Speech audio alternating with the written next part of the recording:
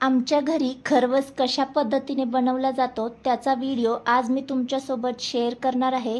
तेव्हा video skip न करता शेवटपर्यंत नक्की पहा, म्हणजे तुम्ही देखील असाच बनवता का ते मला नक्की कमेंटद्वारे कळवताल.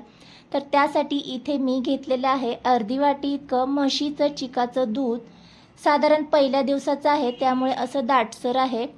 आता आपल्याला लागणार आहे इथे दूध, तर साधारण मी इथे 1 लिटर मार्केटचं दूध घेतलेलं आहे. गरम करून थंड केलेलं आहे. आता यातलं थोडंसं दूध ना मी दुसऱ्या एका भांड्यामध्ये काढून घेणार आहे.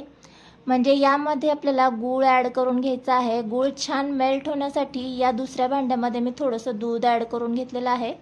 तुम्हाला खरवस गुळाचा आवडतो की साखरेचा आवडतो ते मला नक्की कळवा.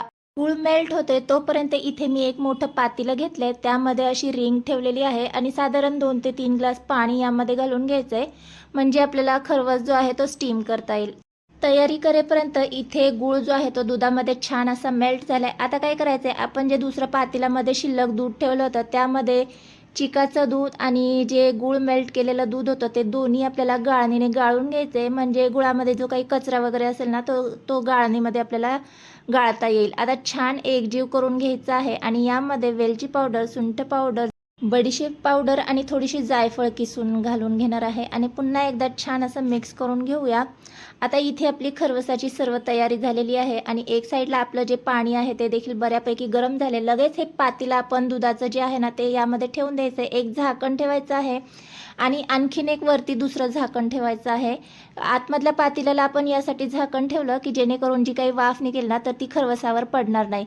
मीडियम गॅसवर 15 मिनटं छान असं मी स्टीम करून घेतलं. इथे पाहू शकता झाकणातलं पाणी जे आहे ते खरवसामध्ये पडलेलं नाही आहे.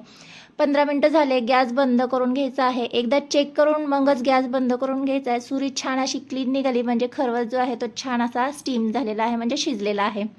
आता पूर्णपणे हा थंड करायचा आहे आणि मगच हा सर्व करायचा आहे. हवं तर थोडा वेळ याला तुम्ही फ्रीजमध्येही सेट करून ठेवू शकता.